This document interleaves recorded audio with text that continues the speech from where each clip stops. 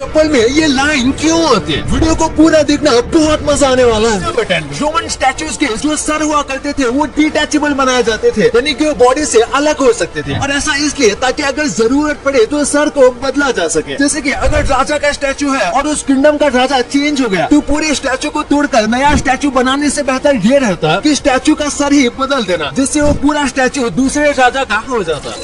ये काफी फनी है। 2 साल की इस लड़की को सांप ने काट लिया था और इससे गुस्सा होकर लड़की ने सांप को ही काट लिया और इससे स्नेक की डेथ हो गई। ये लड़की बैकयार्ड में खेल रही थी और जब इसके घर वाले इसके पास गए तब उन्होंने देखा कि इसके पैरों पर सांप के द्वारा काटे गए निशान थे और वही उसके मुंह में सांप था जिसे ये काट रही थी और इस सांप की इसने जान ले ली थी। नंबर 8, इसे देखिए, ये कपड़ों के स्टोर से ज्यादा एक हॉरर फिल्म लग रही थी। यार ऐसे कौन लटकाता है? कोई भी इसे एक नजर में देखेगा तो इसे ये कुछ और ही लगेगा। नंबर 7, 87 साल की मरीना स्मिथ नाम की एक महिला मरने के बाद फिर जिंदा हो गई और ये सब हुआ होलोग्राफिक इमेज और एआई के जरिए। इस महिला ने अपनी फ्यूनरल पे एक होलोग्राफिक इमेज के जरिए सब लोगों से बात की और अपने जीवन के बारे में काफी कुछ बताया। वहीं पर बैठे सभी लोगों को ऐसा लग रहा था जैसे कि मरीना खुद वापस जिंदा हो चुकी है। इसी के साथ उसमें एआई के जरिए ऐसी सेटिंग की गई थी कि अगर कोई भी उनसे क्वेश्चन पूछता है तो उसका वो जवाब भी देती है, यानी कि कुछ पल के लिए वो अपने ही फ्यूनरल में जिंदा हो चुके थे। नंबर 6, आज रेडार की मदद से कोई भी प्लेन बॉर्डर क्रॉस करता है तो इसका आसानी से पता चल जाता है, पर पहले ऑफिसर को कुछ इस तरीके से पूरे दिन खड़े रहना पड़ता था। हाँ, जाहिर सी बात है